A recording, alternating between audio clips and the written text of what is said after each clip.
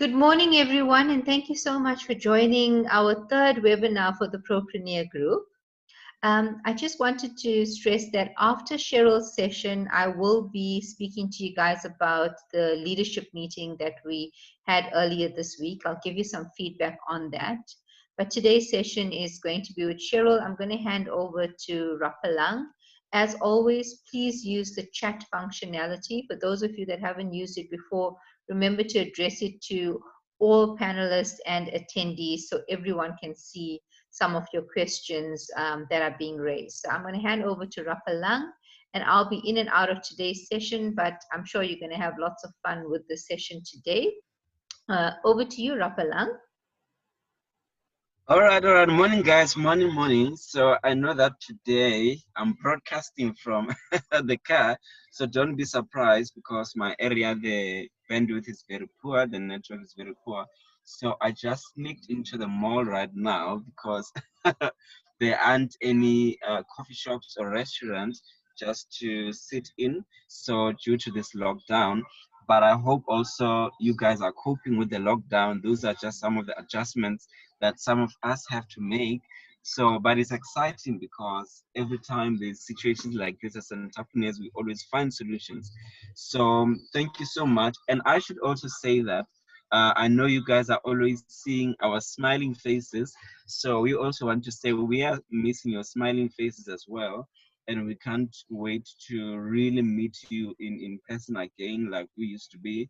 So we don't know how long this will go. A lot of speculations about, extended lockdowns and all of that. So we don't know, but we are hoping for the best. And then, as Jayshree has said in the group as well, we will be chatting about some of the program issues just after Cheryl's session today. So just wait to hear from us on that. And then, yeah, so today is a very fantastic session. So it's exciting because Cheryl is not new to the community. And I'm very excited again to be welcoming Cheryl once again to come and take on the session on finance. So at least she did build on the foundation last year as we were doing the sessions with you on the pitch while you were preparing to be accepted into the program. So today she has more time to really unpack some of the other aspects of your finances, and the nice things that she also has your financial statements. So she will be touching on some of those as well. So yeah, I don't want to take much of Cheryl's time. So yeah, I'll just right away hand over to Cheryl just so that she can start the session. She needs no introduction, so she was properly introduced last year. And yeah, I'll just, without any further ado, just hand the session over to Cheryl. Cheryl, you can take it on. Thank you, Rapalang.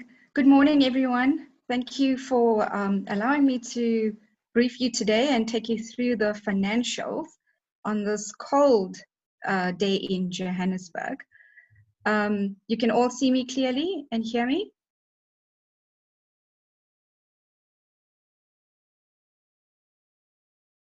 Rapalang, am I clearly?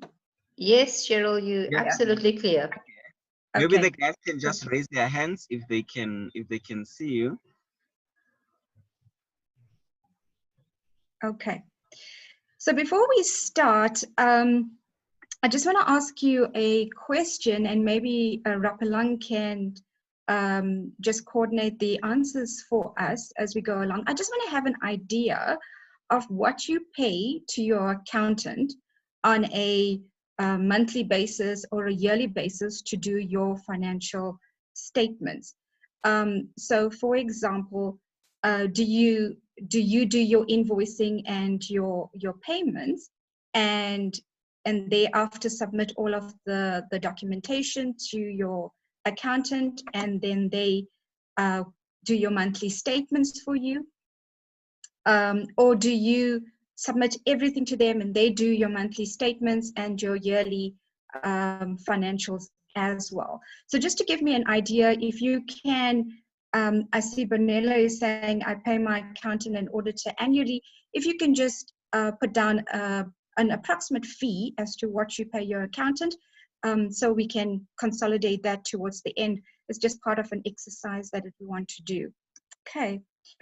So from that response, Vanilla, I'm understanding that you do it on a monthly basis, and at the end of the year, your accountant then consolidates it and does your financials for you. Okay, let's kick off. I'm going to share some slides with you.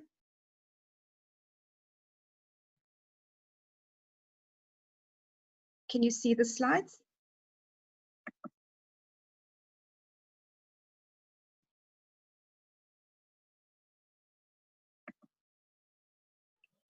So we can't see the slides yet, Cheryl, but as soon as it's starting to share now. Okay, perfect. Yes, we can see Okay, your Word document. Perfect. Okay, so in all activities, whether we in business or schools, college, hospitals, we all need financial statements, correct? Okay. So in other words, wherever money is involved, accounting is required to account for it. So accounting is often called the language of business. Like any language, it serves as a means of communication. So I have a friend that's an attorney, and we always laugh and we have a joke about it, that she communicates using words, and I'm an accountant, I communicate using numbers. So accounting is the language of a business. Okay, moving on, what is accounting? So accounting is a system, and every one of you have a system. You submitted your financials to me, or software used to record more than just financial transactions. And done right, financial accounting can track and analyze business transactions in total, measures and improves the health of your business as well, and reports financial results to investors, creditors, and regulators. So going one step back, why do I say done right? Because what you put in is what you get out. Using a very typical example, now that we're in lockdown, whatever you put into your body right now, you'll see your handles increasing around your hips at the end of the lockdown. Okay, so financial accounting, similar to that, what you put in is what you get out. So your accounting system then produces financial statements, which addresses the following needs: financial position, as of a specific date. So most of you going through your financials, I see that most of your financial year end was at the end of February. So at the end of February, you or your accountant would have given you a balance sheet, which is a statement of financial position, your profit and loss statement for that period, which is your income statement, so stating your position of comprehensive income, or your cash flows and outflows for the month, which is your statement of cash flow. Now, your statement of cash flow is the most important statement in a business, and it should be done on a daily basis or every 2 days, because it tells you exactly how much of money you have in your business to run your business. Now, the system requires you to perform the work in a specific order. This is where the accounting cycle comes in, and we will discuss this in more detail. But before I move on, I just want to give you a quick case scenario. So why is financial accounting important? Why is management accounting important? And you could say, as a business owner, I have an accountant. I don't need to do my own financials. I'll just pass it on to my accountant, and he or she knows exactly what they are doing with the financials. So I have a friend, and his name is Jamie. I met Jamie a couple of years ago when I joined the company that he worked for. So this company, I worked for the Imperial Group, and the Imperial Group bought off the company that Jamie worked for. And Jamie worked for this company for 25 years. and he worked very closely with the owner of the business. And they had an accountant who did all of their work for them. So Jamie, every year he would submit all his personal income tax stuff to the accountant, and the accountant would submit the documentation to SARS. I then, 2 years later, I left the company, but Jamie and I stayed friends. About 2 years ago, Jamie called me and he said, Sheryl, I need some help with my financials, with my income tax. So I said to him, okay, fine, well, what's the problem? He says, I've been using this accountant for the past 20 years, and now it's time to submit my income tax, and we can't contact the accountant. So what do you mean? He says, the accountant has just disappeared, has gone. So I said to him, okay, fine, send me all your information, and I will sign on to e-filing. I'll submit your taxes for you. And so I went on to e-filing, and I found out that he owed SARS about 150,000 Rand. So I said to Jamie, do you know that you owe SARS 150,000 Rand? He says, no.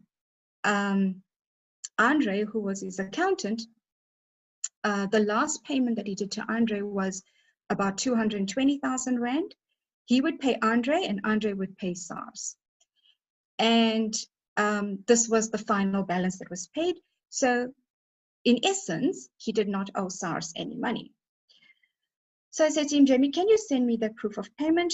Then I went and I investigated further. I pulled out all of Jamie's payments from the system, from the e-filing system, and found out the payment of 200,000 that Jamie made to his accountant was not reflecting on SARS system. So Jamie was ignorant of his financials. Whatever the accountant told him to pay, he just paid. And he expected that amount to be paid over to the accountant, to SARS. So after reconciling his account and submitting all the documentation and doing it in the right format, Jamie didn't owe SARS anything at the end of the day. But over the years, Jamie has just paid quite a large sum of money to this accountant, which he did not owe. And therefore, it is vitally important that every business owner, whether you have a good accountant, and I'm not putting down any accountants this morning, you need to understand the accounting cycle. You need to understand the nature of your business. You need to understand what is going on in your accounts. And I will highlight some of the accounts, some of the financial statements that you have given me. Okay, so let's think of your business as a car. To start and run efficiently, it needs two things, right? It needs energy, which is the fuel, and upkeep, which is maintenance. So according to Wallet Hub's 2019 survey, small business owners' biggest frustrations are acquiring customers and accounting basics like your cash flow, your expenses, your financial statements. Now, new and existing customers do fuel your business, agree? But more fuel doesn't make the car last longer. It's the ongoing maintenance that keeps the car running for years beyond its expected life. In a similar way, a well-managed accounting system keeps your business running each day. It is the process that gathers information, puts it in the right place, and reports useful information to you. Now, to keep your car on the road, scheduled maintenance is a must. So some of your cars will pop up and tell you that you are due for maintenance. The same applies to your accounting system. So let's explore everything you need to know about basic accounting. And today I'm going to take you through the basics of accounting, all the principles, the practices of accounting, and then we're going to go through some systems. Let's use a fictional business, Reliable Auto Repair. to illustrate the terms and principles and processes. So Julie, Reliable's owner, has operated this business successfully for the past 5 years. Steve is Julie's bookkeeper. Steve has worked part-time for Reliable for 4 years, and therefore, after graduating, Julie promotes Steve into full-time accounting role. Reliable Auto, that's Julie, and that's Steve, her bookkeeper. Julie discussed the hiring decisions with the auditors, and they agree that now is the perfect time to review the entire accounting system. The analysis will help Steve and Julie identify any weakness that should be addressed. To make this case study more realistic, I've done their 3 financial statements for you for Reliable Auto, and you can look at that. I will share the notes after the session. So I've done the income statement, the balance sheet, and the cash flow. We'll go through this in much detail during the course of our session. That's the income statement, balance sheets, and the cash flow statement. And this is done, I see it is done in your financials. And I hope you guys are reviewing your financials. You're going to be reviewing it after the session. Okay, let's go through the accounting cycle. Let's understand the accounting cycle. So let's assume that on the 1st of March, Reliable spends 2,000 Rand on tires. Cash isn't paid immediately, and the vendor or the supplier gives Reliable an invoice. Let's say the vendor is Speedy Tires. The process of how this is tracked through a business is known as the accounting cycle. Like in any given situation, there's a cycle. And here's an overview of which we will break down even further. So the cycle, a source document comes in. What is the financial impact of that source document? Journal entries are then raised. That pulls through to your general ledger. Your general ledger then gives rise to your trial balance, and your trial balance then pulls into your financial statements, either your balance sheet, your income statement, or your statement of cash flows. Are we all together? Okay, let's go through the source document. So the first step in the accounting cycle. The source document is generated when a transaction actually happens in your business. So in this case, Reliable receives a 2,000 Rand invoice from the tire supplier, which is Speedy Tires. When the tires are received at the warehouse, a Reliable employee, Reliable, reviews the delivery to confirm that the entire order was sent. The data on the delivery note must correspond with the invoice. So if they ordered 4 tires, which amounts to 2,000 Rand, then your invoice and they must have delivered 4 tires, and your invoice must state 4 tires at 2,000 Rand for the tires. Okay. The financial impact. Next, Steve, the accountant, must decide how the transaction impacts the accounting records. He decides to record an increase in inventory. So Reliable Auto is a service business providing services for motor vehicles. So their revenue, so their inventory will be increased with the 4 tires coming in, and an increase in accounts payable, which is your supplier account. We now have a liability to Speedy Tires for this transaction. Next, we move on to the journal entry. Now, the journal entry is a record of each transaction that occurs, and it needs to be in an order. Journal entries are individual activities, transactions within the journal, typically posted by the accountants. So Steve records this journal, so inventory, which is your tires, and your accounts payable both increase by 2,000 Rand. So my inventory will increase there's tires coming into the account, into the business. So my inventory increases, my stock increases, and accounts payable increase. Now I have a liability of 2,000 Rand that's payable to Speedy Tires. And then the journal entry is dated 1st of March. The entry includes a brief explanation, tires purchased on credit. If we don't put a description, then we wouldn't know what we bought from Speedy's or what transaction took place. That then gives rise to your general journal. Now, your general journal is like a photograph of every transaction that's posted to the accounting records for that lifetime.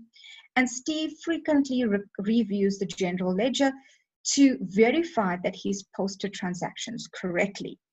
Sometimes mistakes do happen where you sometimes post to an incorrect account.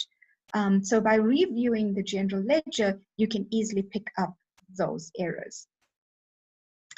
That then gives rise to your trial balance. Reliable's trial balance is a listing of each account used to post transactions and the current account balance. This document provides a quick snapshot of Reliable's current financial condition. Steve can scan the list of accounts and balances to decide if the accounting data looks reasonable. If he wants more detail, the general ledger is a place to go. So the trial balance just lists all of the amounts for that account. So your bank balance, it will have an amount. Debtors will have an amount. But if I want to know what the debtors amount of R1,000,000 is made up of, I will go to the general ledger and all of the transactions are there. Later on, these are just concepts that I'm putting on the table now and I'm going through. Later on, I will take you through the financial statements on accounting software so you can see how it all pulls together. And when you submit your financials to your accountant will ask you to send through the trial balance and your general ledger, all the general ledger transactions. So the trial balance, together with the general ledger, gives rise to your financial statements. So this is what is used to generate the financial statements, including your balance sheet, your income statement, your profit and loss statement. Steve produces financial statements at the end of the month, and the cycle starts again next month. Reliable Auto Repair also needs a clearly defined system to record all the transactions. So they will use a software or they'll use an Excel spreadsheet that's set up to record the transactions. Now I want to stop there for a moment and ask a question. How do you manage your accounting cycle? What does your accounting cycle look like? What systems are you using? Where are your invoices filed? Do you operate your business from your pocket? And some of the businesses that have just started do that. They go to macro, they pay on their credit card, take the slip, put it into their pocket, don't file it, don't capture it, and you forget about it because slips fade over time. Or if you're a plumber, you go out, you do a job, your customer pays you in cash, you take the money, you put it into your pocket, no receipt issued. And then you go out, you buy some food, or you buy KFC or Nando's, that receipt goes into your pocket, but there's no reconciliation that's happening. So how do you manage your accounting cycle? What processes do you have in place? Do you have a system that works for you? Do you understand what's going on in your financial system? So just to give you, before I move on to the basic concepts, I've just been looking at some of the financials, and one of the financials, I'm not going to share that with you because it's confidential. So it's one of you guys' financials. If I look at the profit of this company, they made a revenue of this company for the year 30th of June 2019, they made a revenue of 580,000. Let's just round it off to 580,000. Their cost of sales was 149,000. Now, either they are a service business, which does not, most of the revenue is generated from offering a service, and there's not much cost of sales, or cost of sales hasn't been correctly stated.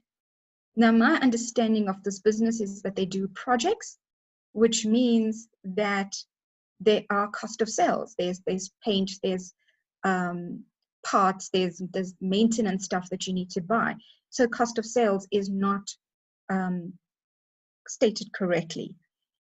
Then their comprehensive profit for the year was 103,000 Rand. However, their current tax payable for the year, which their accountant has brought through, was 105,000 Rand. Now, guys, this does not seem right to me. It's either they haven't paid VAT for the entire year and that's now consolidated into one account, or this is an income tax liability, which still 103,000. If this business is registered as a small business, which means up to, I think, around 70,000 is not taxable.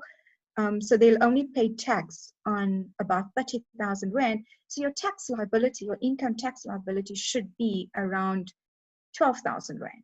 But this business is sitting with a current tax payable. Their accountant does not break it down for me into VAT and income tax. It's just lumped together. So I don't know what's the split. But still, the liability of 105,657 Rand does not make sense. Last year, the tax liability was 139,000. So I've just highlighted one of the financials to you to make you understand that it is imperative as a business owner to understand each item that goes through your business, to understand your financials. So I'm going to go through some basic accounting concepts. And now when you look at your financials, you will look at them with a fresh pair of eyes, and you'll be able to understand. Okay, good to go. So Julie and Steve manage the accounting process based on the key concepts. The concepts help reliable produce financial statements which are comparable with other companies. So financial statements are done on GAAP, generally accepted accounting practices and principles. So we are able to compare apples with apples. So all the industries will use the same accounting guidelines so that we can read their financials. We move on to a chart of accounts. Now, the chart of accounts is a list of each account needed to manage the business, and a corresponding account number is allocated to that.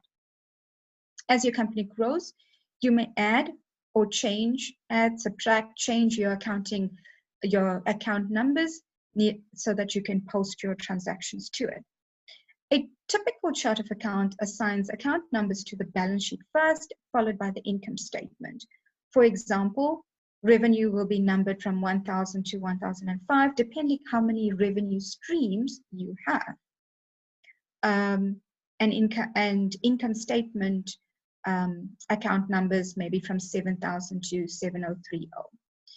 So for example, in our case study, inventory tires is account number 3100, and accounts payable is probably assigned 5,000 Rand. So make it a point to review this chart of accounts every month and delete the ones that you don't use. But don't stress about this. I will show you how they all pull in at the end. You just need to remember the concept. Now, in accounting, we have something called the double entry principle, and you would have learned this in school if you have done accounting. The double entry principle, the double entry accounting, starts with the balance sheet equation. Assets minus liability is equal to equity. So assets is the items that you own, so property, plant, and equipment, your vehicles, and any equipment that you have. Liabilities, like I mentioned, current tax payable, loans to any shareholders, your creditors that you need to pay, and that pulls through to equity. So think about the equation this way. Imagine that you sell all your company's assets for cash, and you use that cash, all of the cash, to pay up accounts payable balances or your long-term debt. Any cash remaining is your equity, which is a true value of your business. If you think about it in your personal capacity, when you earn a salary, you generate assets from your income.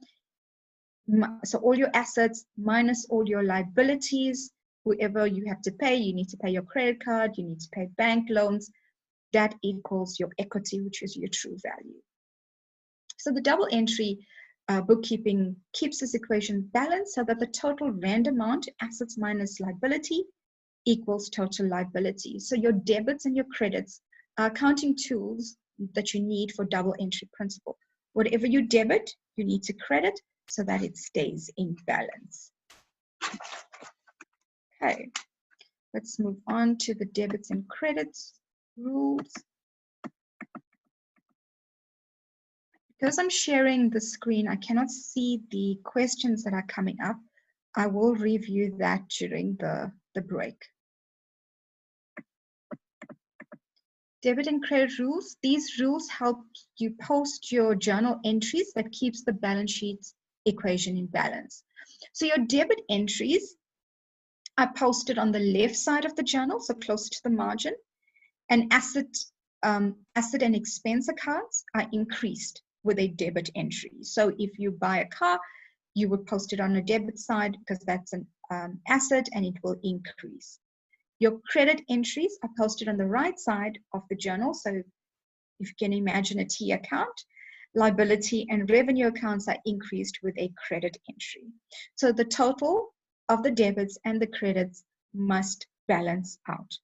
Fortunately, accounting software requires that each journal entry that you post must have an equal debit and an equal credit. But the number of debit and credit entries, however, may differ. If I give you an example, so you go to Macro and you buy a whole lot of items, you pay with your personal credit card. At the end of the month, you want to submit a claim for the amount. You submit a claim you raise a claim to your business for the amount that you pay. So for example, if you paid 1,000 Rand at Macro and you bought stationery, refreshments, and inks or cleaning detergents.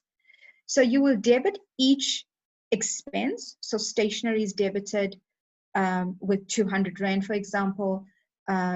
Cleaning materials will be debited for 500 Rand, and stationery will be debited for the balance, which is, I think, 300 Rand.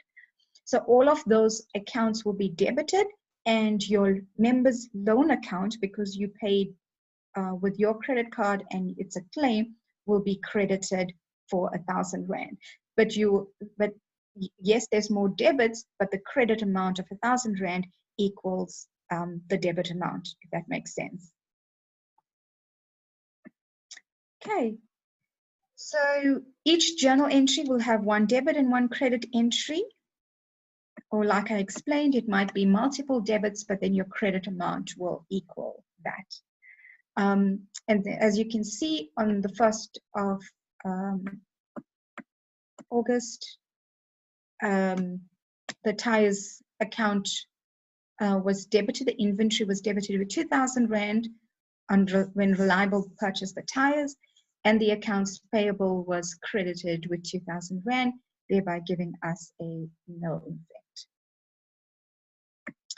Okay, so what's the impact on the balance sheet? 2,000 Rand increased in assets, which is your stock account, minus the 2,000 Rand decreased in with increase in liabilities, because now we have a liability owing to Speedy Tires, and it's a null effect on the equity. Okay, the inventory purchase increases in assets and accounts payable increases a liability, and the net effect must be 0. And this is all posted to the general ledger. So the general ledger detail for a particular account may include dozens or even hundreds of transactions in a given month. So if we look at now Reliable's inventory account, this is Reliable stock account for the tires. It could have an opening balance of 25,000 Rand because they already had stock available at their company. Then they purchased tires, the invoice for 2,000 Rand. So that invoice has been captured, giving them a balance of 27,000 Rand.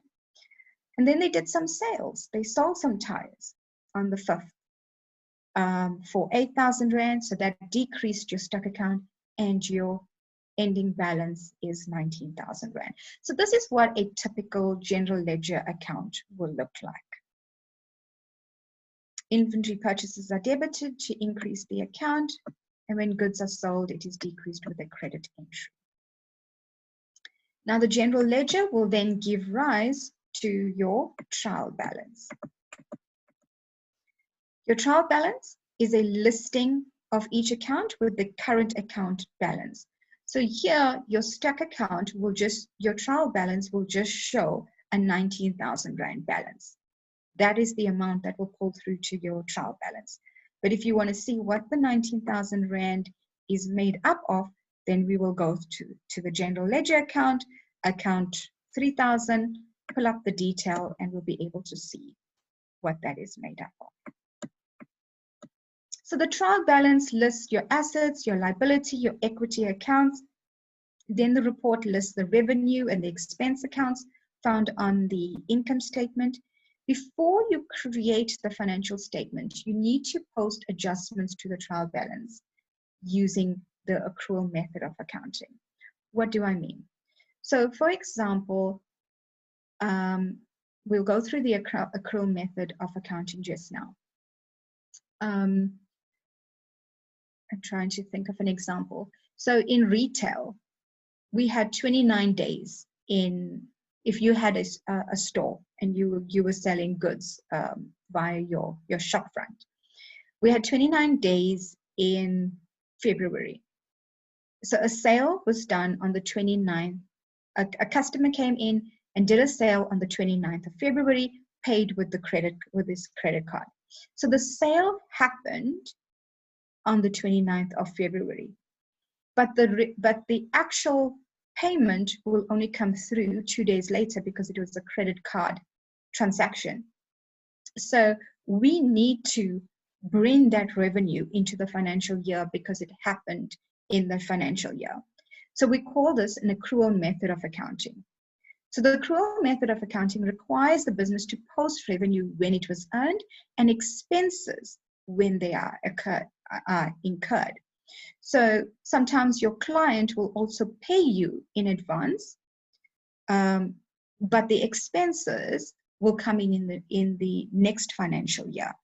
But you will take that invoice and you will raise because you're expecting that expense, and you need in that financial year, you need to match it in that financial year, but it's only coming in the new financial year. So you need to accrue for that expense. You match income with expenses.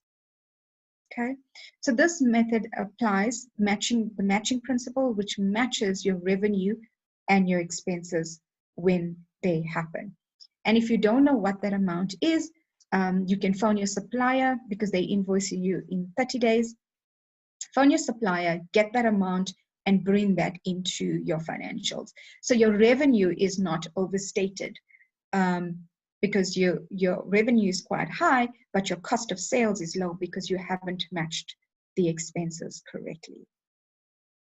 The accrual basis presents a more accurate picture of your net income, and this method ignores the timing of cash flows in and out because it matches like for like. So before you use a trial balance to produce the financial statement, you need to press the brakes.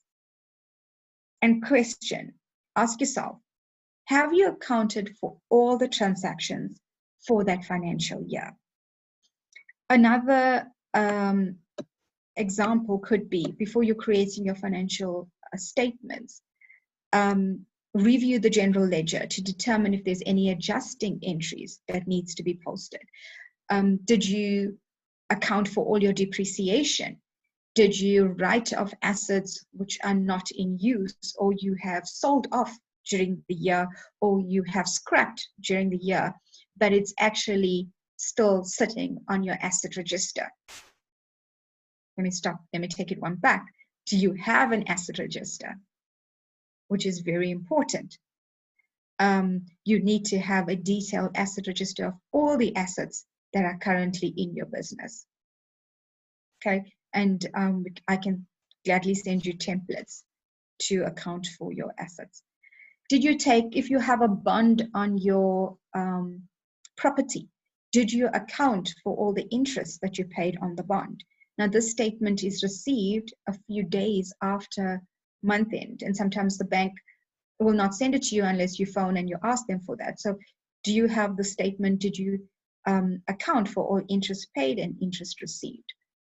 So once the adjusting entries are posted, the adjusted trial balance is used to produce the income statement, the balance sheets, and the cash flow. So let's look at the income statement. So the income statement gives you a snapshot of, did I make money last month? How much of money did I make? We'll go through the income statement. Now, for those of you that are using accountants to do your financials once a year, do you have an income statement and balance sheet produced? Do you have spreadsheets that monitors this? How do you know how much of money you're making every month? So the income statement reports on revenue, expenses, and your net income, which is your profit and loss for a specified period. The statement is based on the income statement formula: revenue minus expenses equals net profit. So let's look at Reliable Auto Repair. This is their income statement ending 29 February 2020. Now, sales, they have generated 520,000 Rand worth of sales for the financial year. Their cost of sales was 420,000, made up of materials that they purchased and parts of 170,000, and their labor cost was 250,000, thereby giving us a GP, gross profit, of 100,000. Then we take into account all of their operating expenses. Now, their operating expenses were salaries, 40,000, depreciation, 20,000, insurance, 12,000, rental on their premises, 10,000, marketing and advertising, 4,000, repairs and maintenance, 4,000 Rand, giving us a net income of 10,000 Rand. So this is the net profit that they made for the year.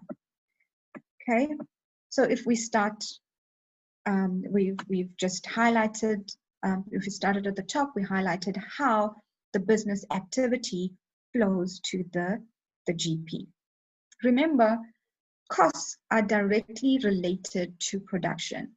So the more repairs Reliable performs, the more you spend on material, parts, and labor.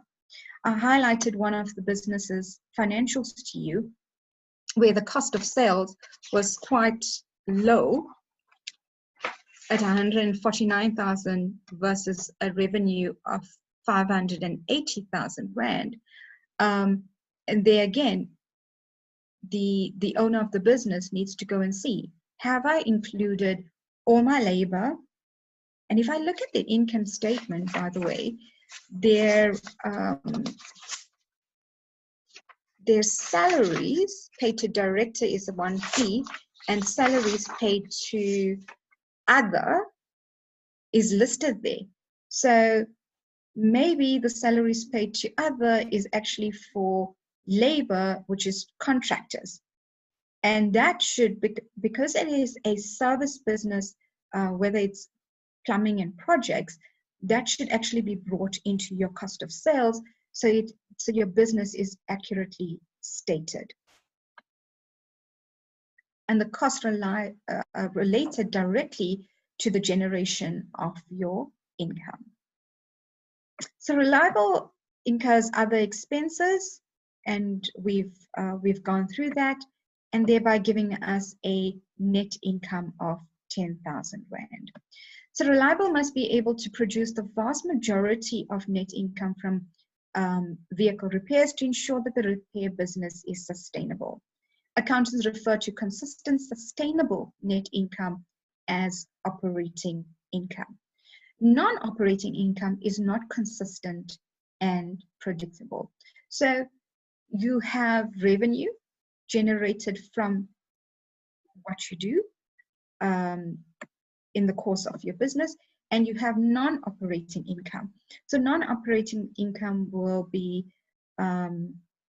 interest received if you have an investment, or if you sell something on a sideline. For example, you no longer need this computer, you sell it, it is income received from the sale of an asset, and you bring it in as non-operating income. But it's not consistent and it's not predictable, so it shouldn't be treated as, it is revenue, but it shouldn't be treated as your production revenue. So no company can survive over the long term relying on non-operating income to produce profits. And I've given you the example of that. Okay, so this income statement example does not include any non-operating income, because they're in the business of fixing cars, not selling equipment.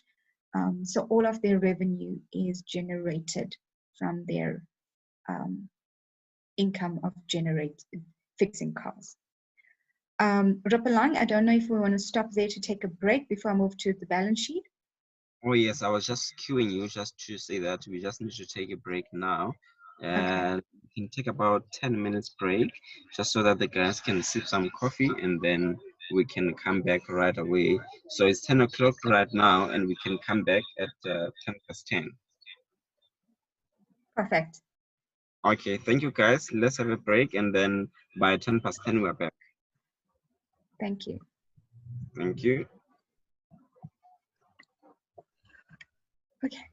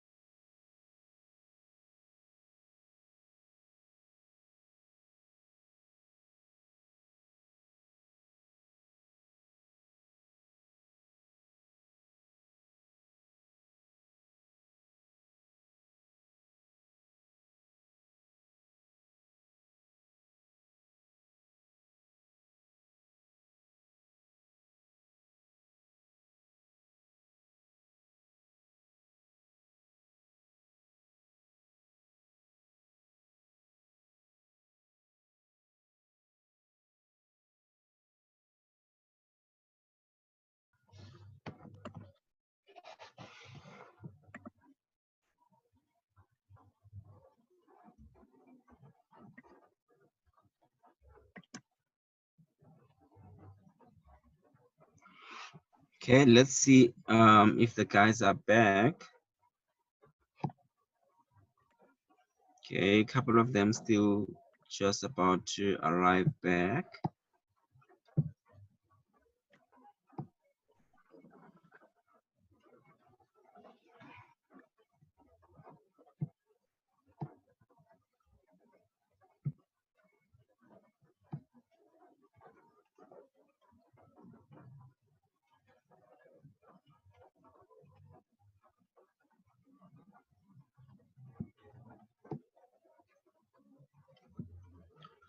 All right, I think some of the guys are back, then we can continue. But just before we start, maybe just to reflect on what the question that you asked earlier on, Sheryl, about the guys, how much they are paying, their accountants, and all of that. So I think also the nice thing is that most of the entrepreneurs in the group or in the PROPreneurX, they are very compliant, which is quite impressive from especially management accounts and annual financial statements and all of that. And then it was interesting to just see how varied are the rates that they are paying to, to their accountants or their bookkeepers. So and maybe some of them would like to understand what is it that is the difference when someone is doing their management accounts with the bookkeeper as opposed to an accountant. You know, how do they differ in terms of, you know, what they are qualified to do and the quality of work that they produce, and does that then determine how expensive or cheap someone can be when they are a bookkeeper or when they're accountant, and do you get the same quality from all of them across the board? And maybe to also advise, because I know that not all of them as well are supposed to be audited in as far as the public interest score is concerned. So I think it's only when we did the session, it was only Bonolo who had indicated that within their profession and their industry as estate agents, they are required by the Estate Agent Affairs Board to to be audited. So it's an industry requirement. So, but the rest of them, I don't think they are being audited. I'm not sure. So yeah, maybe you can also just unpack on that to say your advice on when they want to save cost, who do they go with? The accountant or the bookkeeper who's cheap? And then what are they looking at in terms of the quality of work? Who's experienced in doing what and all of that? So, but I think it's quite interesting to see that what they are paying is very I was just looking at the cost is very varied. Sfiso is paying 1.5 monthly for management accounts, and then some of them as well, they might not be doing management accounts, but wait for the year to do the consolidated annual financial statements. So maybe also just to touch on that to see, should you really be doing management accounts on a month-to-month basis? Because at the end of the year, you still have to do annual financial statements, or you can wait for the year and not do management accounts. What's the purpose of the management accounts as a tracking tool, as opposed to just waiting for you know, for the year that you do the annual financial statement? So yeah, I think maybe just before you continue the session, you can touch on those, and then just also set the scene in that way. Okay, thank you guys.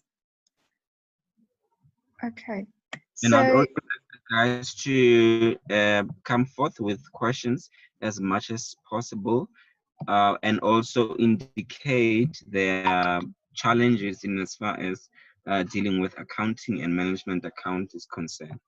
okay, thank you, Rapalang. Okay, so Rapalang asked two questions. One is, who do you use? Do you use an accountant or do you use a bookkeeper? Now, just make sure that your accountant or your bookkeeper is registered with a professional body. If they're registered with a professional body, which means that they have to account for their format, their ethics is to the professional body. So you are guaranteed that you will get the correct format of your financials. The second question, so the designation of who you use is quite important. The second question you asked, Rapalang, was should we do management accounts on a weekly, on a monthly basis, or at the end of the year? Now, your management accounts is more like your GPS. It tells you where you are going. It shows you the actual state of your company at that very moment. I personally think it is imperative to do your management accounts on a monthly basis so you can see, make decisions, and move forward. If you do it at the end of the year, it's too late to make any changes in your business, or it's too late to actually change course, change direction. So monthly management accounts is quite important. Okay. It is quite difficult to present a webinar because I can't get to see that questioning faces when you do have a question or the light bulb above your head. So if you can post your questions on the side, that would be preferred. Okay, let's move on. Share the screen again.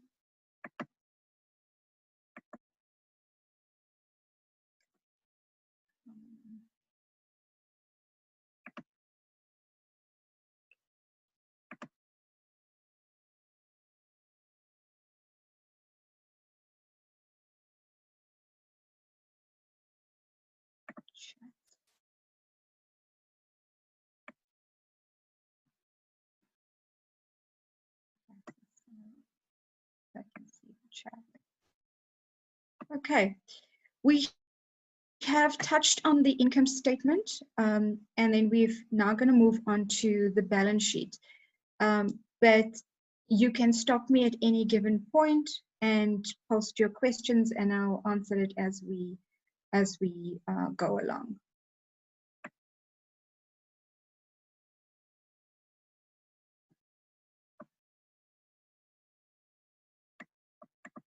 Okay, so the balance sheet is a snapshot of a company's financial position at a specific date. So it reflects all your assets, your liabilities, and your equity balances. So your assets will be your property, plant, and equipment, and your bond. So what the business owns, what it typically has, okay? And your assets, you know, is used to produce income, okay? Then your liabilities is what their business needs to pay to other parties. And liabilities will include your long-term debt or your short-term debt, like your accounts payable.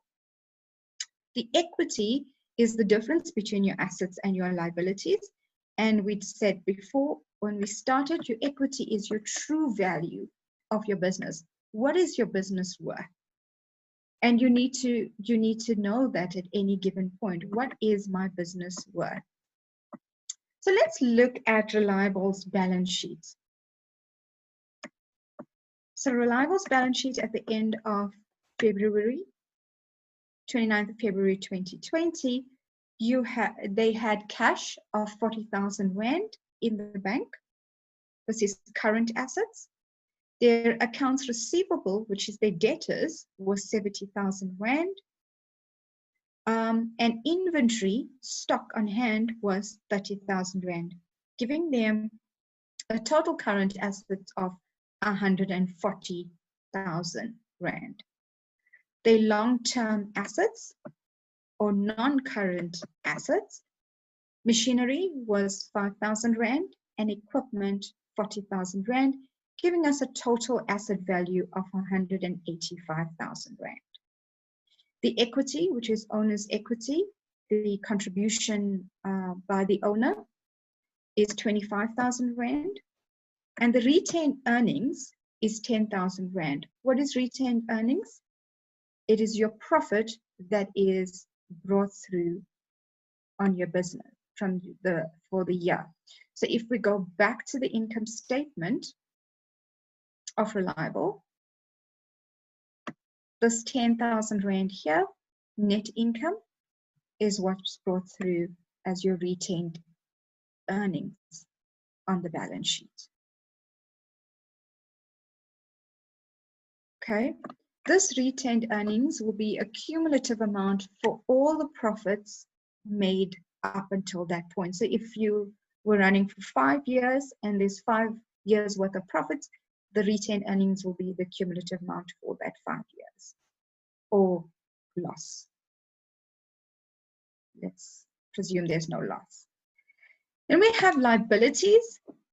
Your current liabilities is your accounts payable, which is 30,000 Rand, all your creditors that you need to pay, and current portion of long-term debt, which is 20,000 Rand, giving me a total current liabilities of 50,000 Rand. Your long-term liabilities, which is a bank loan, so probably this bank loan is payable over 5 years, is 100,000 Rand. So your total liabilities is your 50,000 Rand, current liabilities, plus your 100,000 Rand long-term liabilities gives me total liabilities of 150,000 Rand. My total liabilities and equity of 185,000 Rand must balance with my total assets. That's why it's called a balance sheet and the statement of financial position. So if I look at what is my current assets value, my current assets value is 140,000 Rand. And my current liabilities is 50,000 Rand. That equals my working capital. So working capital is your current assets minus your current liabilities, which is 90,000 Rand. Now, to apply for a loan to a bank, or investors will ideally look at your balance sheet. The first thing they will look at is your working capital. How much of money do you have in this business? So should you sell all your current assets and pay off all your current liabilities, what is the working capital? What is the money available in this business to run this business? If it was the other way around, where your current liabilities was 140,000 Rand and your current assets was 50,000 Rand, which tells me that this company is in serious trouble, okay?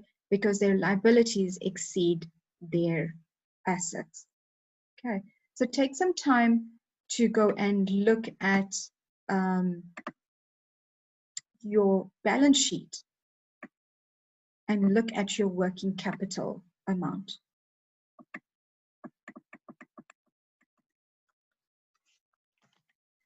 So not all assets are created equal. What do I mean by that? So each asset is defined or classed as your current asset or a non-current asset, okay?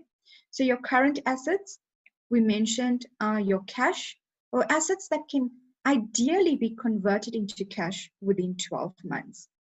So like your debtors, it's money that you should get within those 12 months. Cash in the bank, or your stock. You can turn your stock around within 3 months, but within the 12 months. So it's current assets. Non-current assets will not be converted into cash within the 12 months. And these apply to your liabilities. For example, like a bond will be classed as a non-current asset because it takes longer than 12 months to generate the cash from that sale. So current assets is your cash, we mentioned that.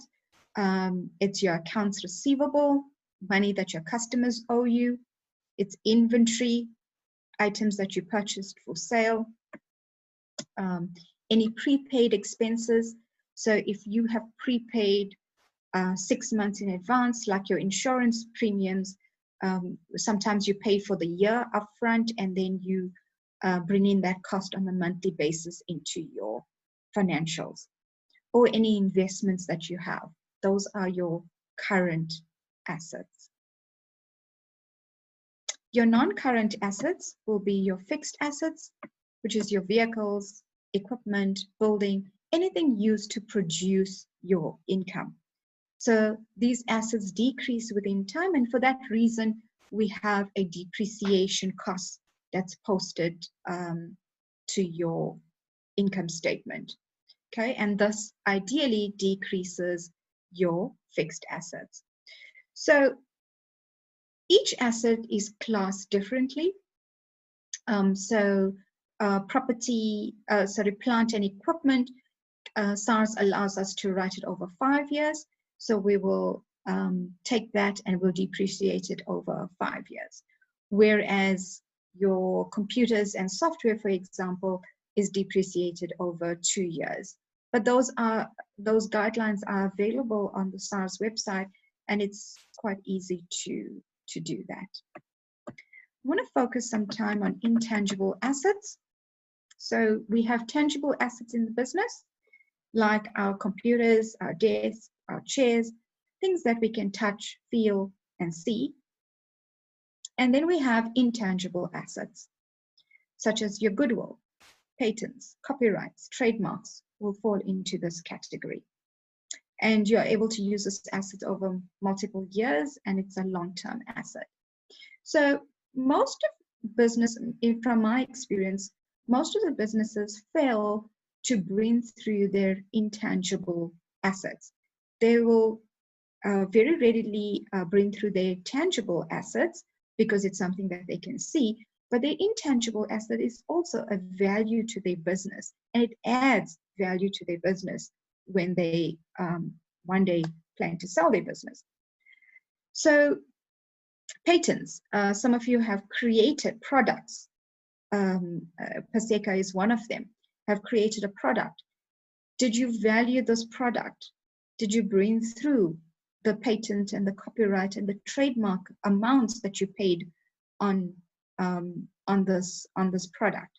Is it correctly stated? The value of this product, is it correctly stated? Another example will be, I run a training company. So I would design training material for my company. Now that is, the training material design thus far is an intangible asset to my business. So I need to account and value my time taken to design the material.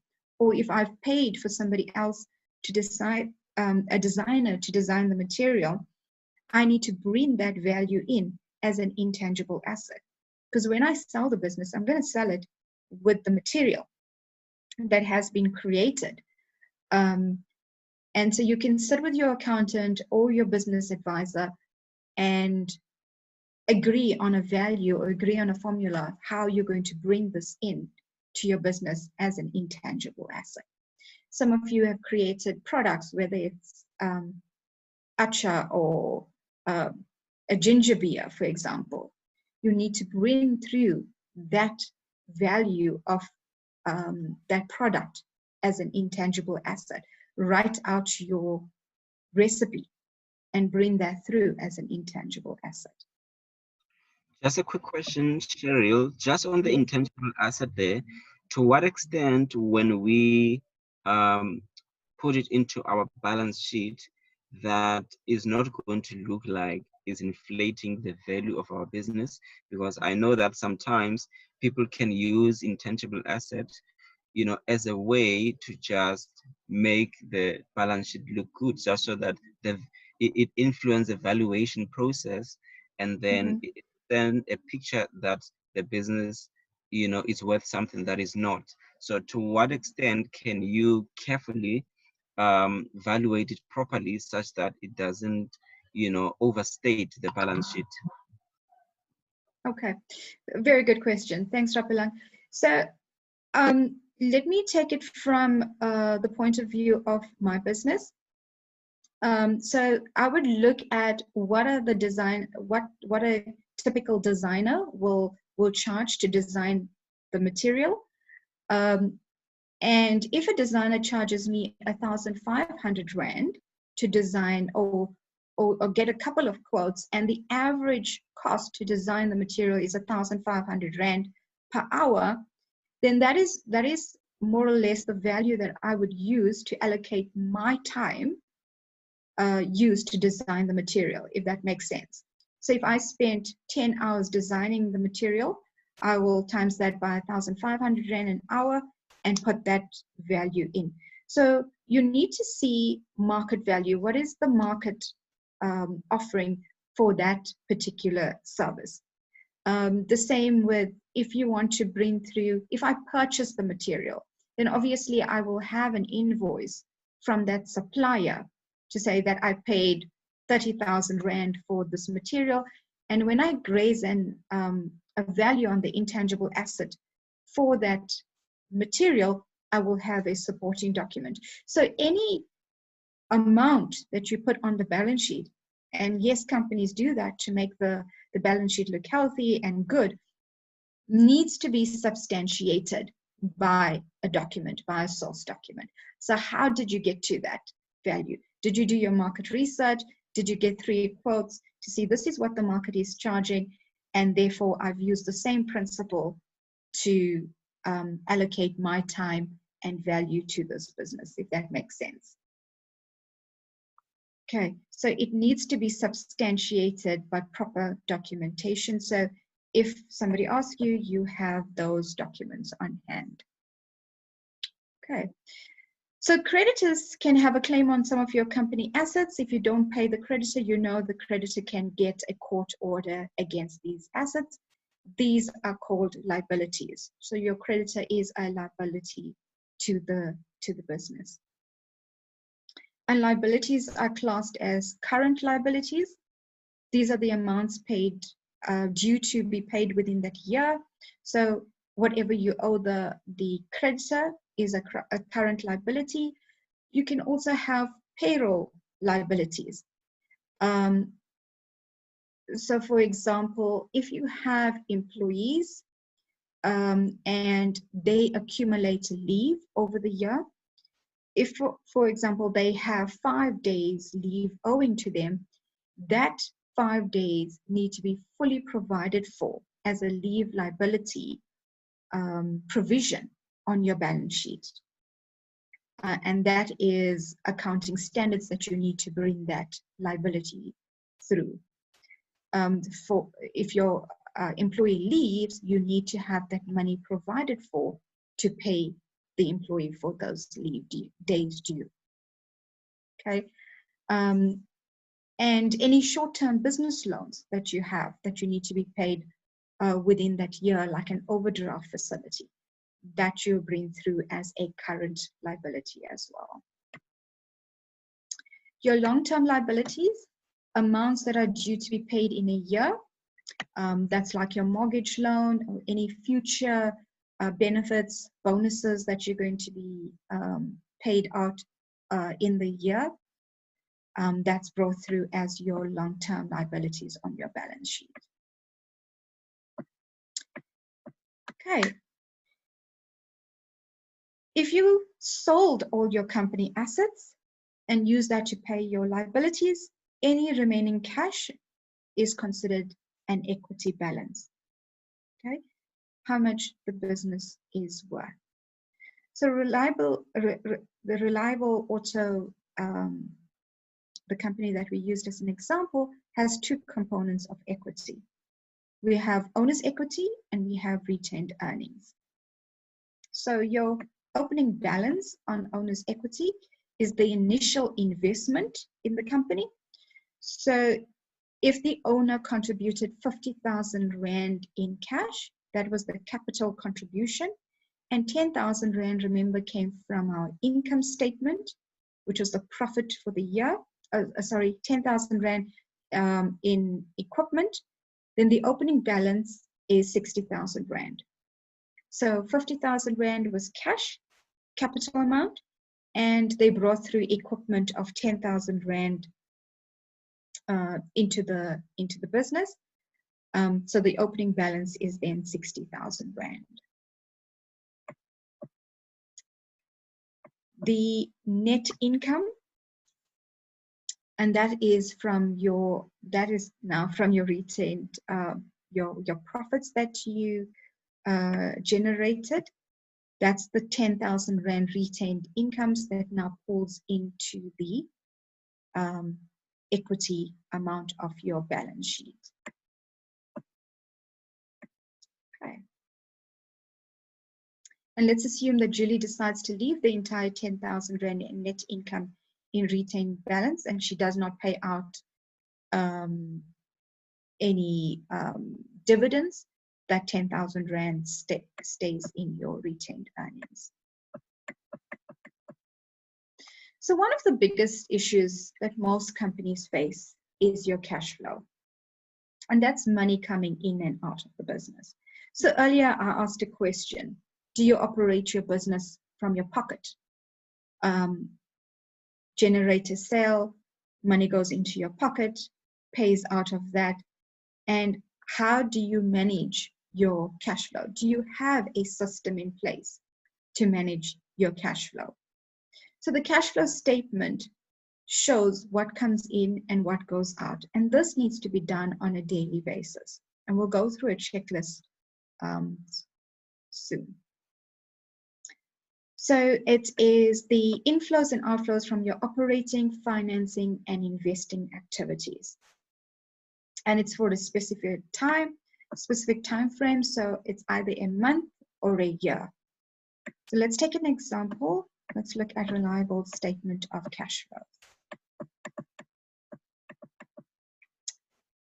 So reliable auto repairs, they received customer payments. So this is cash flows from your operations, from their direct operations of the business. Their customer payments was 500,000, less what they paid for materials and purchases, 160,000. They bring through payroll, because payroll is directly related to your the operations of your business, and that's 210,000, and any other payments that directly relates to the operations. And this you can get from via your income statement, and that's 88,000. So cash flows from operations for the year was 42,000. Cash flows from investing, so any equipment that they purchased, which in return will generate income for them, was 10,000 Rand, and we bring that through.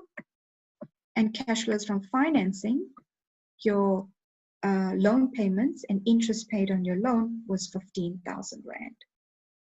Thereby giving us, if we take the 42,000 Rand less the 10 minus the 15, gives me a net change in cash flow of 17,000 Rand. Assuming that Reliable Auto Repairs had their opening bank balance was 23,000 Rand, they will end with a cash flow of 40,000 Rand. So your 17 from your operations for that year, add in your beginning cash balance of 23,000 Rand, gives me an ending balance of 40,000 Rand that they will have to pay off any debt or money in the bank. Okay. So this is important to show liquidity, how much of money that you actually have available from your operations. Remember the difference between your income statement and cash flow. Income statement is your profit. Now, necessarily that profit does not mean cash in the bank, because some of your debtors will still need to pay you, but you had to bring through your revenue into that financial year. But the cash will come through in the new financial year. So profit does not mean it's cash in the bank. Your cash flow at the end of the year, this is money in the bank, and this is what banks will look at. or your investors will look at. Okay, so this slide explains exactly what I explained to you on the previous page. 3 categories: cash flows from your operations. Is operations refer to your day-to-day activities of managing the business and coming through from your payments and your payroll. Okay, investings we went through and financing we went through. So that, in a nutshell, is the end of the accounting road. Not exactly, it's actually the beginning, because the process then starts again. So what we've gone through is the entire accounting cycle. We've learned the principles, the accounting principles. We've reviewed financial statements. And if you have an accounting system in place, that will give rise to your financial statements. And having your financial statements on a monthly basis helps you to make more informed decisions. It will help you to see the train coming down the track before it crashes and make informed decisions on how can I utilize it, where can I cut down costs. Because if you're going to capture your expenses at the end of the year, how do you know that you are overspending on stationery? How do you know that your cleaning materials are have gone out of the window? How do you know what you are overspending on, or what expenses have not come through? And therefore, it is vital, even if you have an accountant that's doing it for you on a monthly basis, make sure you get your statements and you review it on a monthly basis. So Julie monitors her income statement to make sure that she has proper control over her spending of her parts. She keeps an eye on long-term debt in the balance sheet, and she monitors the statement of cash flows to find out where is her cash going. So if you pay attention to these indicators on your dashboard, you will keep your business moving. You'll keep your car moving down the road into the next year and into the future. And looking at the financials, you'll be able to make those financial decisions. Should I purchase new equipment? Do I need to increase my revenue streams? So Julie can look at that and say, okay, just getting servicing is not, servicing a car is not bringing in sufficient revenue. Should I now start selling tires? Should I bring in other products that's going to add value to my business? But by doing your financial statements, your management accounts, and looking at it and reviewing it on a monthly basis will help you to make those decisions. Looking at your invoices, looking at your till slips, capturing those expenses allows you to see that where you've been overcharged, or getting your supplier statements and capturing it allows you to see which supplier is actually charging you more for the products. And those are the things that will help you to make informed decisions on your business. Okay? And please do keep those questions coming in so that we can review that. Let's move on to a financial management checklist. Now, earlier on, I asked you a couple of questions. How do you manage your business? What financial management practices do you have in place to make sure that you have a handle on your business finances? Okay, what systems do you have in place to record all the flow of the money coming in, your income, your expenses going out? What systems do you have in place for that? So let's go through a checklist that I put through for just basic elements for an organization, so you can work towards building good management practices in your business. So the first thing you need to ask yourself is, what does your organization's future look like? Have you prepared an annual budget? And for most of you, this is new to you. You run your business on a day-to-day basis, but an annual budget is important to have before you start the year. And for some of you, like I said, the 1st of March was a new financial year. So this is a good place to start. You have your financials for the previous year. So you know what sales you've done. You know what your cost of sales was. You know what you've spent. Now do a budget for the new financial year. Whether you plan to add in more revenue products into your business, or you want to up your sales by 20%, do a budget and monitor that on a monthly basis, because it gives you a nice dipstick analysis to see, or a measuring tool to see how your business is performing.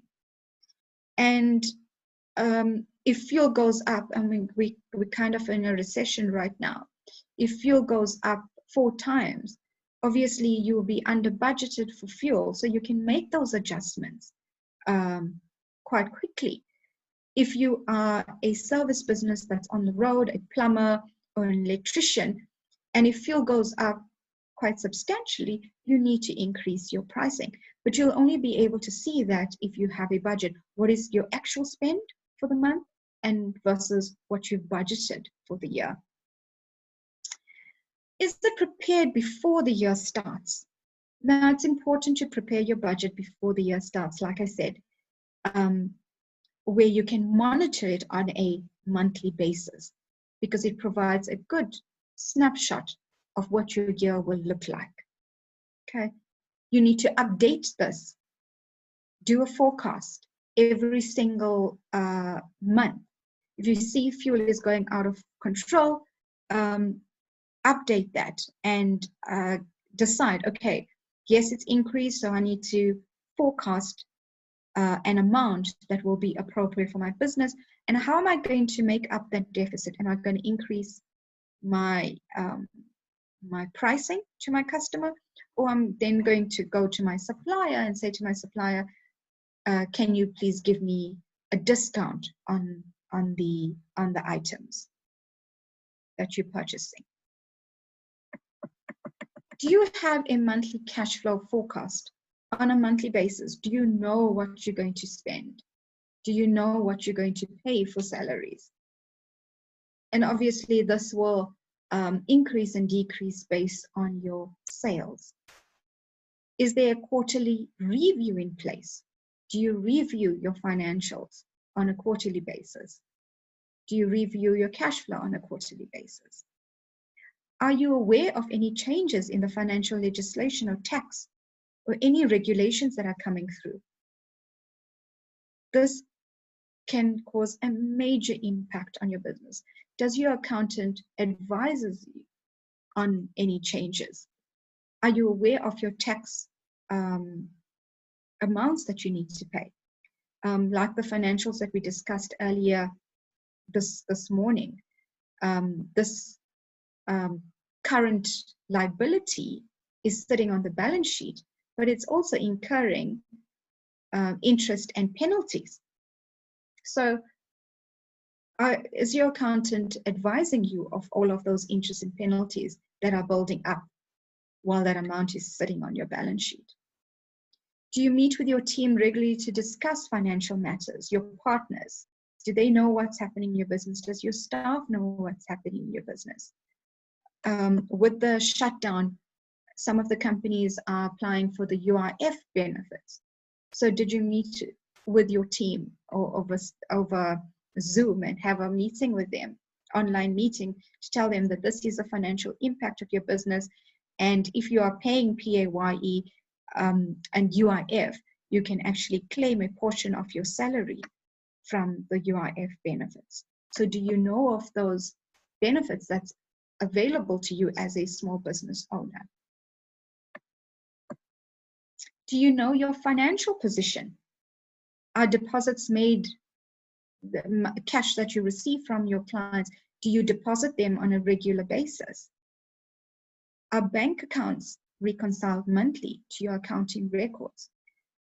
You get a bank statement every single month. Do you submit that to your accountant? Do you review it?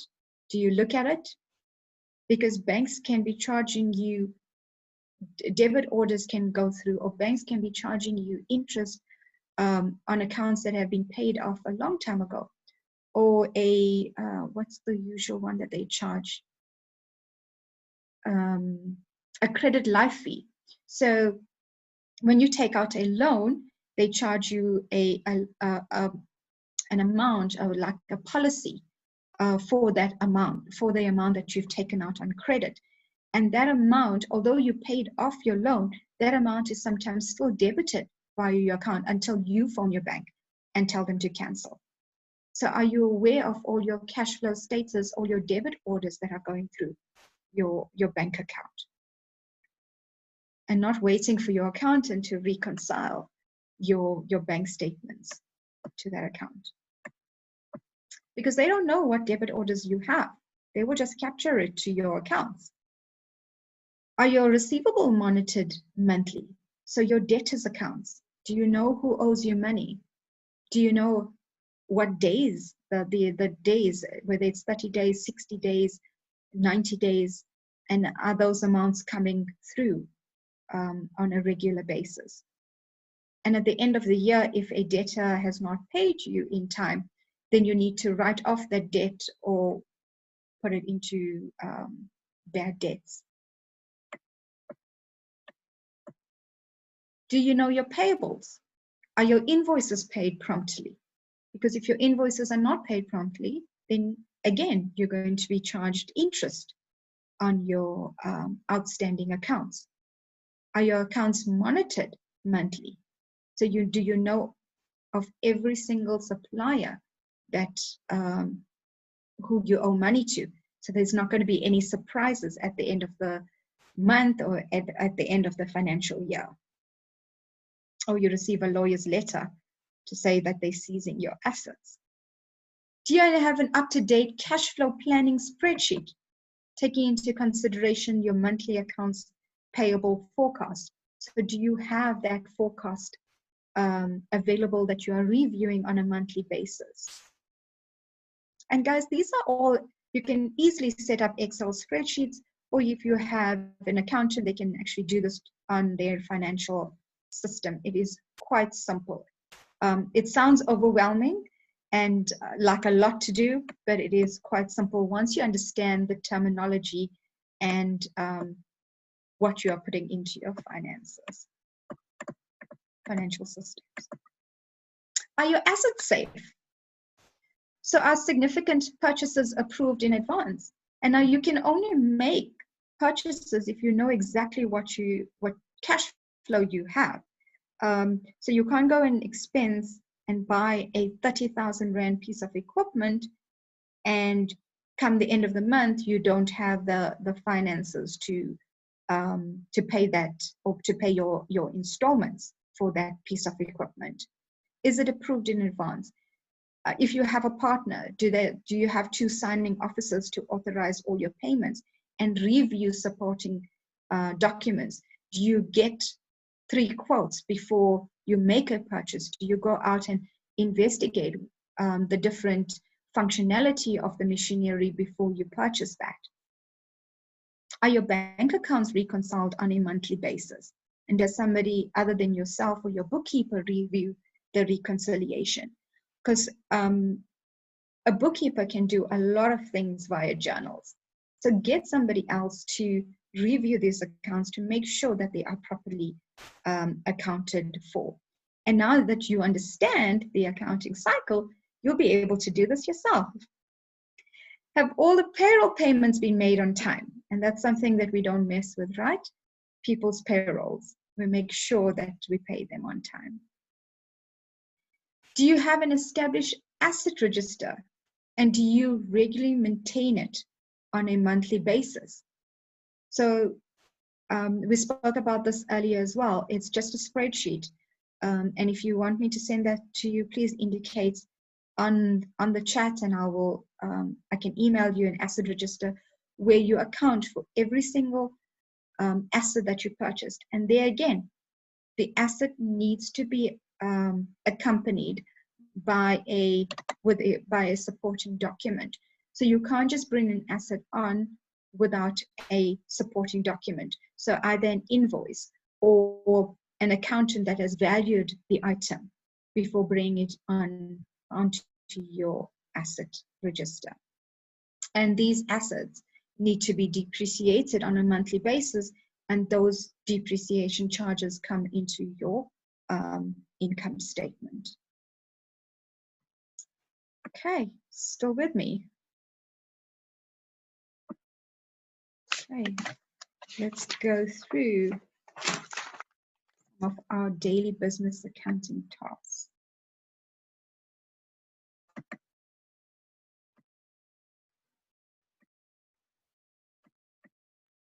Okay, so I've just put together a checklist. We've gone through the checklist on some of the items and some of the questions that you need to ask yourself on a daily basis, on a monthly basis. I've just put together these couple of pages of notes, which we will share with you. Just gives you a snapshot, an idea of what you need to be doing on a daily basis, on a weekly basis, on a monthly basis. Just to give you a system to work off. And you know, most of you are doing this, some of you it's new to you, but I think that would definitely help you to manage your business better. I see that it is 10:57, so it is time to take a short break. So let's do that, and we'll come back at 11:10. Thank you, guys. We will resume again at 11:10. Thank you.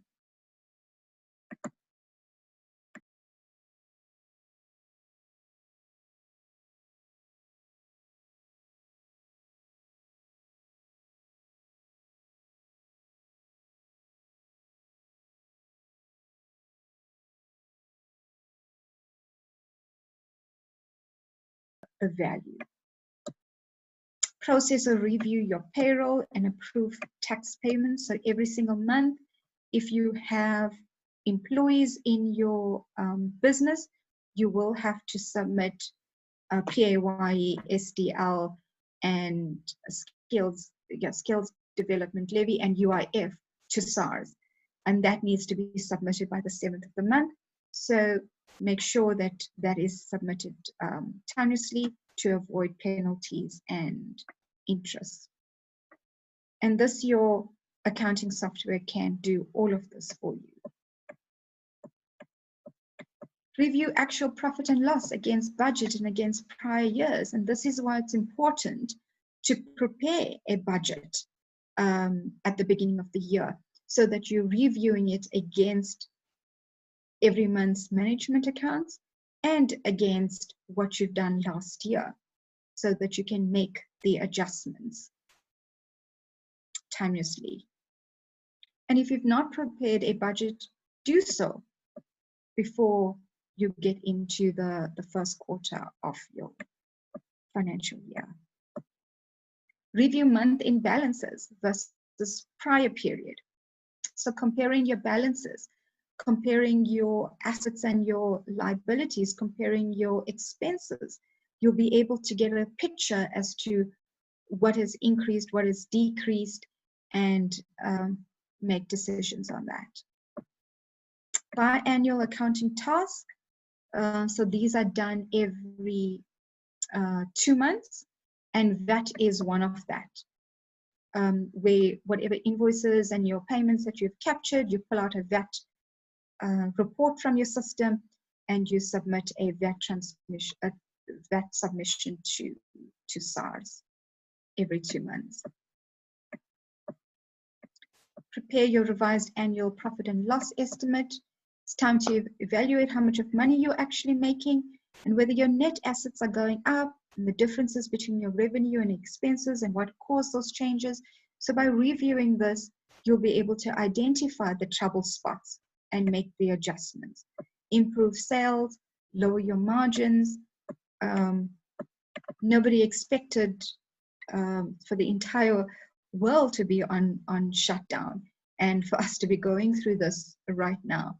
So how we plan to do business at the beginning of the year, or the goals that we've set for our businesses at the end of last year, has to change and has to be adjusted significantly to cope with the new changes that's coming, to cope with the new way of doing business, to cope, to review how we've been doing business. I would love to be in a classroom setting with you, where I see you guys and engage with you guys.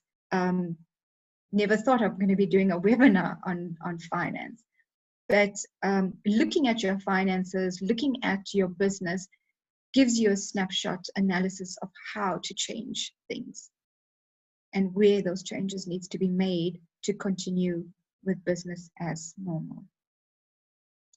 So your annual business accounting task, once a year, you celebrate your birthday, you celebrate important anniversaries, you have to do your tax filing as well. And that is quite important, because that's your income tax submission that you need to submit. That's when your entire accounting financials are drawn, your income statement, your balance sheet, your cash flow, and taxes are submitted.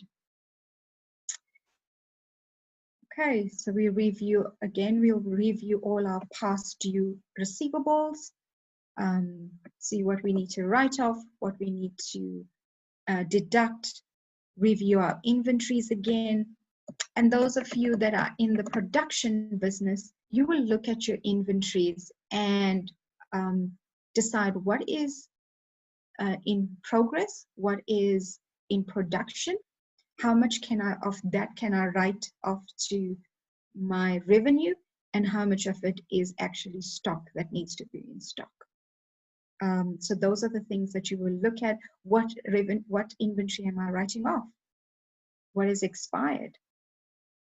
And some of these deductions can come in as a tax deduction at the end of the year.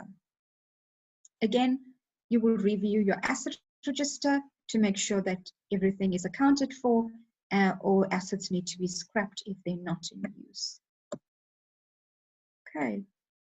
Then you will review and you'll approve your year-end financial reports. You'll submit everything to your accountant, sign it off, make sure that all your adjustments have been done, and the interest and the penalties are accounted for, or any additional taxes. Now, I know this might seem like a lot, okay? But with proper planning and a couple of deep breaths, you can do this. I can assure you, you can do this. And I'm going to take you through the pastel system just now to show you how easy it is to actually do this. And accounting software can, like the pastel system, will help you to generate financial reports, manage your tax, take care of those tasks that seem so daunting to you, and it will make your life so much easier. And the reason I actually asked you about your fees, and it looks like you're averaging about between 25,000 and 30,000 Rand per year, is if you can learn to do this, and if you can use an accounting software to help you, you can cut down quite a big portion of that expense. So let's go to pastel. Okay. Okay, I have a question here from Deepa. With separating your personal from business account, I've heard from other business owners that sometimes it is useful to pay things like personal car tires, etc., via the business for tax purposes. Please advise. Okay, so Deepa, it depends. If you are using your personal car for the business, then yes, you can account for your tax, for your tires and your maintenance for that business, for that expense out of your business expenses. However, it will be you are paying the installment for the car, and are you hiring the car to your business? So therefore, the business will pay you a higher charge for that car, like hiring a car from an Avis. Or are you just putting through the tires and the maintenance cost? So it all depends on you, what sort of cost you want to bring into your business. Yes, it is allowed. You can bring through some of those costs, but you also need to prove that you are using that car for business. Okay, it's not a personal car that's sitting in your garage that's only used on weekends, but you're putting through all of those costs through your business. So it is allowed, but you need to substantiate and prove that you are using that vehicle for your business. If that answers your question. Okay, let me show you quickly how easy it is to use an accounting software.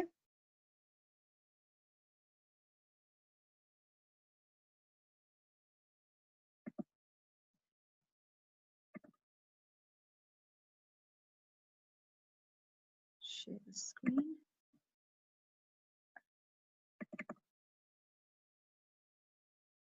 Okay.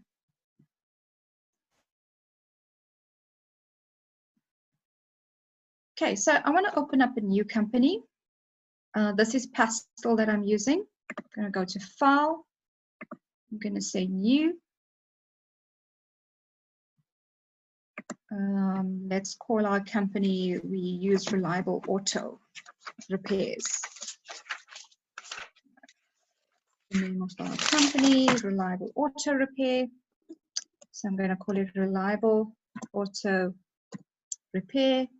And we're in the 2021 financial year. It's asking me if I want to use Setup Assistant, or I want to copy from another company, or I want to start a new company. Okay, I'm going to use the Setup Assistant to create this company. I'm going to say Create. It's going to take me through the setup. I'm going to put in the company name.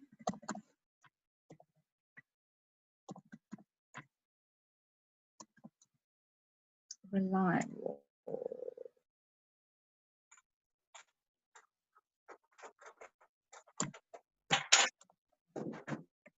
Postal address, just put in some information here.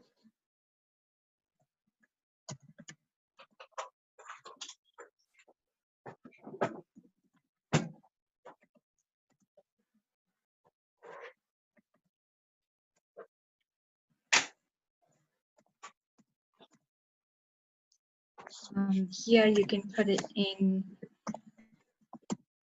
a VAT number if you want. You can put in your bank details. So whatever you put in here will appear on your invoice. I'm gonna say next. Ask me to choose a format. So I want that format, date, time, date, month, and year. I want my full year to be shown. I'm gonna say next. That's my new financial year. I'm gonna say next. It's got 12 periods. Say next. Now, this is what I was talking to you about, a chart of accounts. Okay, so every business will have a chart of accounts that you're going to be posting to. So if I click on this link, it'll give me generic chart of accounts, or if I'm in the service business where there's no stock, I can choose that. If I'm in the retail business, I can choose that, manufacturing, body corporate. So there's quite a number of options that you can choose from. There's clubs, there's restaurants, there's real estate agent. So you can choose whichever one is appropriate for you. If you're running a school, you can have school accounts, and it will pull through the relevant account details that you were looking for. So I'm going to just choose the generic now for this purpose. Here's all your accounts that you can post to. So you can see sales is that number, inventory, all of that. I'm going to say next. Now here, depending on how many cash books you have or bank accounts you have. So if you have 3 bank accounts, you'll put 3 there, and it'll give you 3 cash books to name your cash books. So let's do that. It'll give me 3. The first one, I have a Standard Bank current account.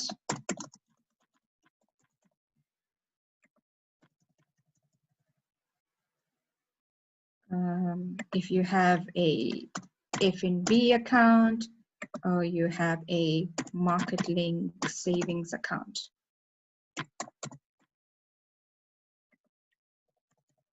Depends on you. If you have 1, you can put 1, and only 1 will pop up. Okay, let's stick to the 1. I'm going to say next. If you have inventory and you want to set up your price list, this is where you can set it up. I don't have inventory, so I'm going to say next. My default terms is going to be 30 days.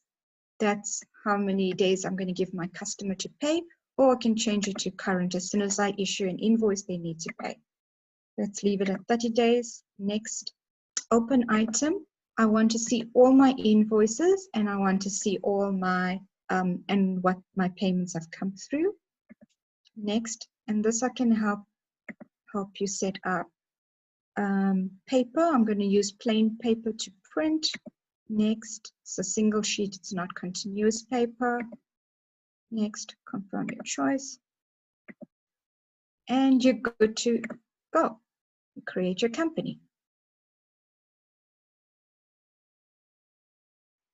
Just take a few minutes to create.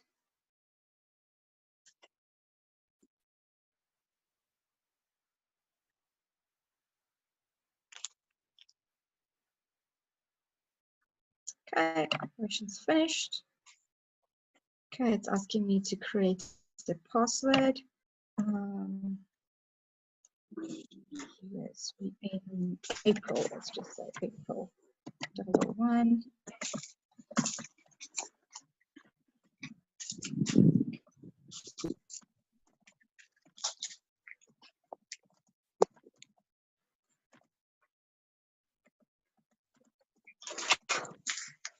Some security.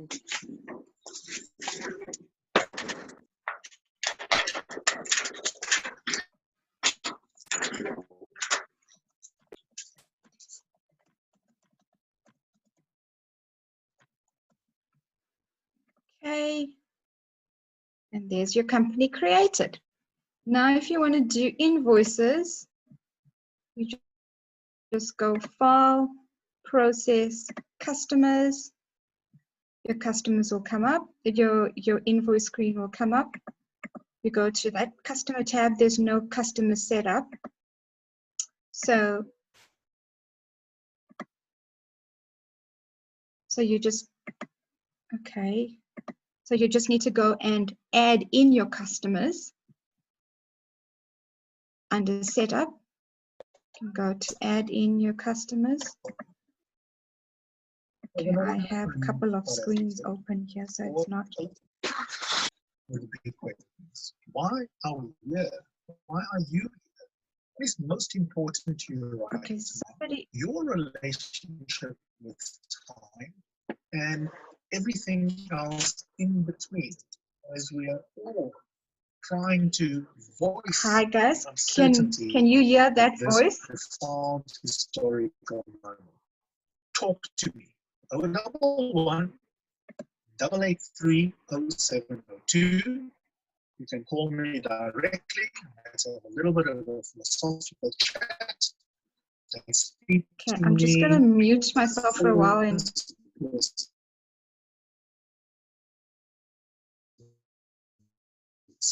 please to leave me fully fledged out or fleeting as a voice note. And the number for doing that is 072 702 1702. Okay, the number for that is 072 702 1702. 21 minutes. I've got everything.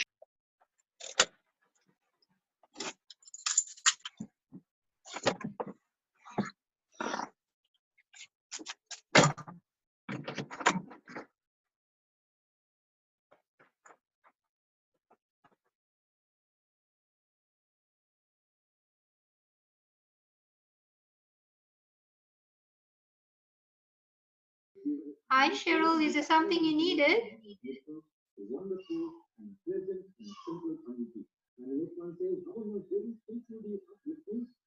Jayesh, hi.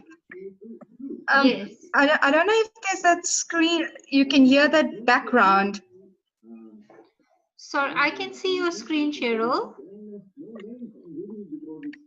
Okay. It Do you says also hear the process sound at the customer. back? No, do you hear the sound at the back? Is there Yes, somebody I can else hear that's you. online? Okay. I don't know if somebody else is online because I can hear somebody else talking at the back.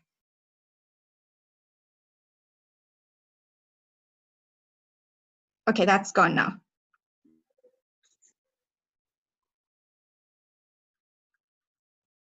Hi, Jayesh.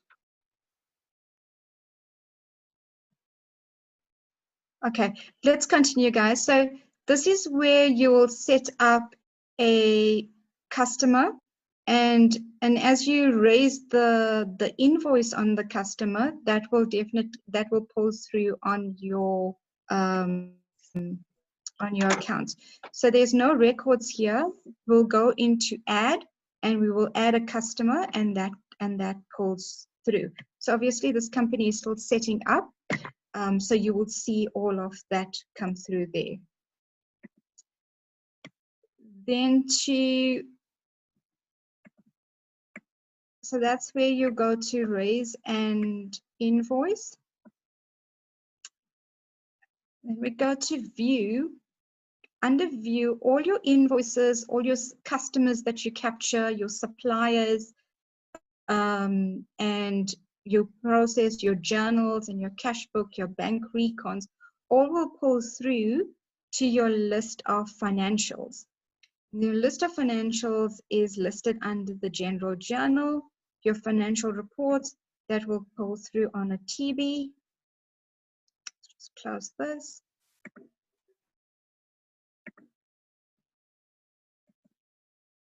So obviously it's going to be blank. This is your chart of accounts. So everything that you process will pull through on your chart of accounts, your TB. You will see this is all your income statement stuff, and all your balance sheets will pull through as well on the top here. Okay, we go to general ledger again, your financial reports, your income statement on screen. This will give you your income statement. So your sales that you've captured, all your invoices will pull through, your cost of sales will pull through, and all your expenses, giving you a net profit.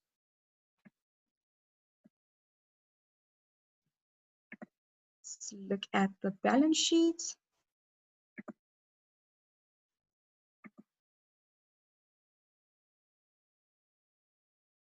All your assets that you've captured, your bank accounts, all pulls through. So you'll see, using accounting software, you'll be able to benefit so much more, and you can actually do all of this yourself because the system pulls through the necessary accounts in its place. All of this is set up. To pay your, let's see what else? And your cash movement as well. Your cash flow statement is also done for you. Cash received, cash receipts, cash paid out. It'll give you your complete cash flow. Close all of that. And then to pay VAT, general ledger, tax. Okay, obviously it's going to ask me to set up a it's going to ask me to set up the tax period, which I'm not going to do right now. But once this is set up, and I can take you through all of this.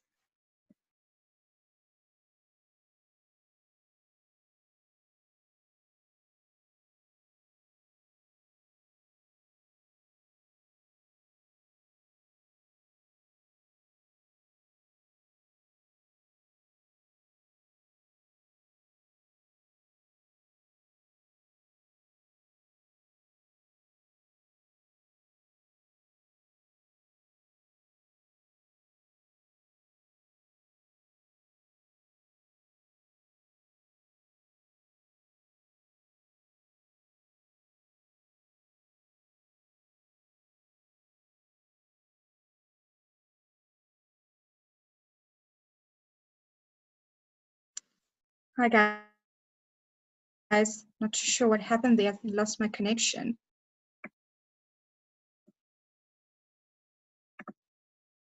Let's try that again.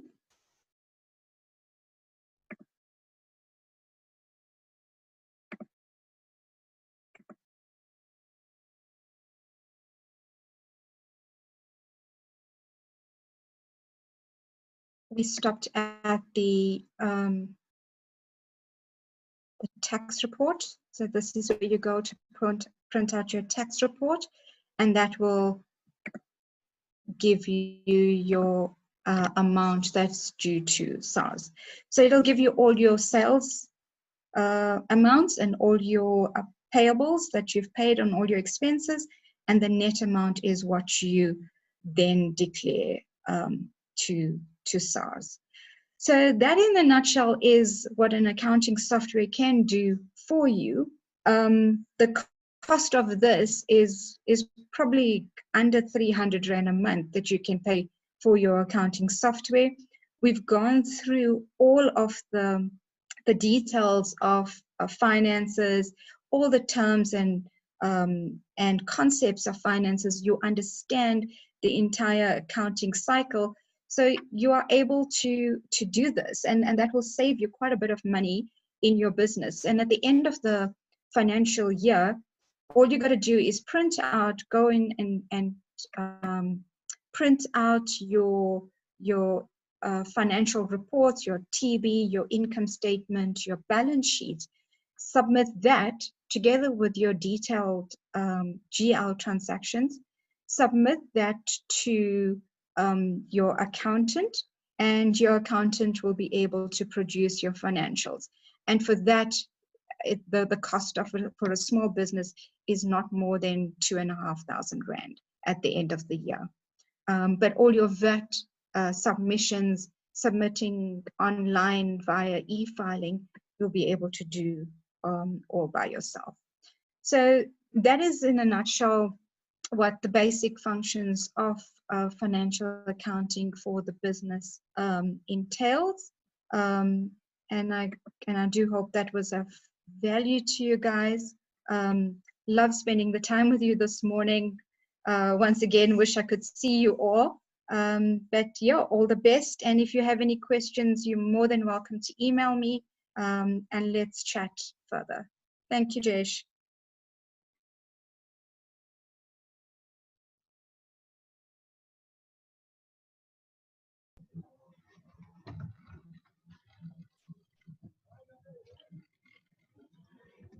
Hello, guys. Okay, we are joining you right now. I've just been kicked out where I was, so I'm just moving to a new place right now. I hope that you can all see me. That I'm on the road, but I'll be back in about 3 minutes or so. I'm just going to a new area. There's just a little bit of challenge for that. So yeah, but in about 3 minutes, I'm not sure if Jayshree is back here. Then yeah, maybe she can be able to just continue with you. So yeah. Hi, Rapalang. Do you want? Okay, let's.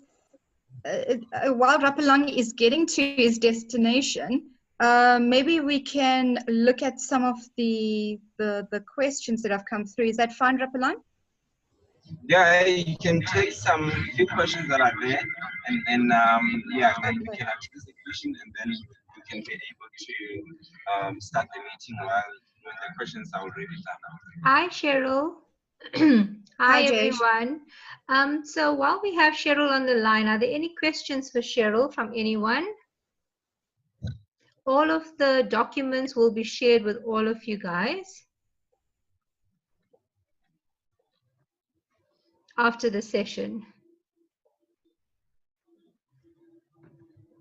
Okay, so one of the things we picked up, and Rapalang would have mentioned this earlier on the gap analysis, Sheryl, when we did that with the team as they started their program late last year, was quite a bit gaps identified from a financial perspective.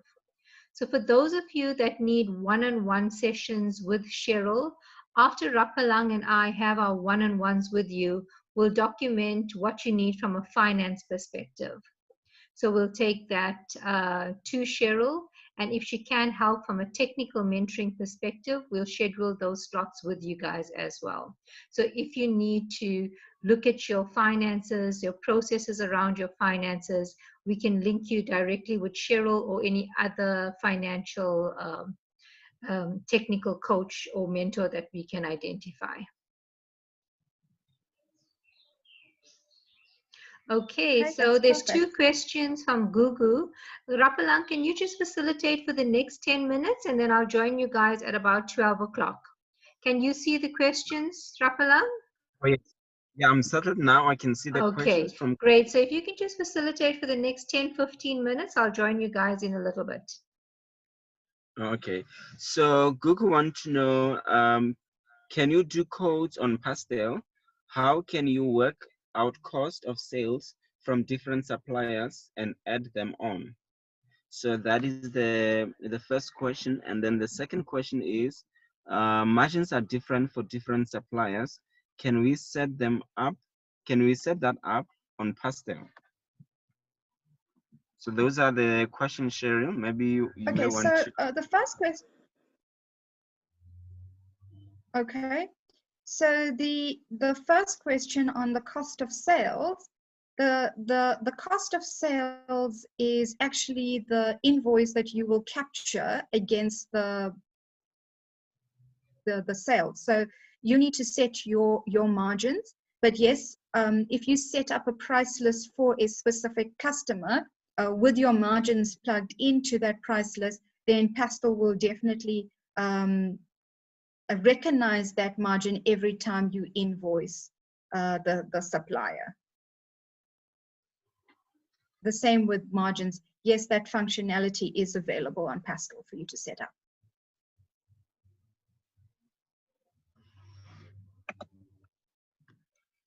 And then